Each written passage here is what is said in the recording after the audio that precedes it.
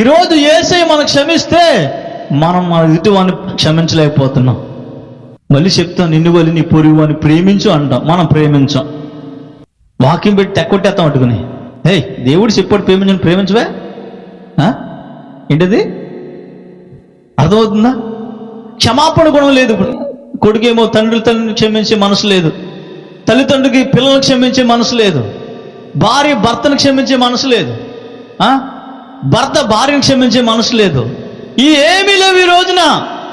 అయితే ప్రభు అన్నాడు, నువ్వు క్షమిస్తేనే క్షమించబడతావు. నువ్వు మందిరానికి వచ్చినంత మాత్రం, ప్రార్థన చేసినంత మాత్రం నువ్వు పరలోకానికి వెళ్తావు అనుకుంటే అది పొరపాటే. ఈరోజు చాలా మంది అదే అనుకుంటున్నారు. కానుకలు ఇచ్చాను, దర్శన భాగాలు ఇచ్చాను, ప్రభు సన్నిధికి వెళ్తున్నాను, ప్రార్థన చేస్తున్నాను, నా హృదయం దేవుడికి తెలుసు. నేను పైన నల్లగా ఉన్నా, తెల్లగా ఉన్నా, పొట్టుగా ఉన్నా, పొడుగ్గా ఉన్నా దేవుడికి తెలుసు. నిజమే, దేవుడికి తెలుసు. ఏం తెలుసు? ఆంతర్యం తెలుసు.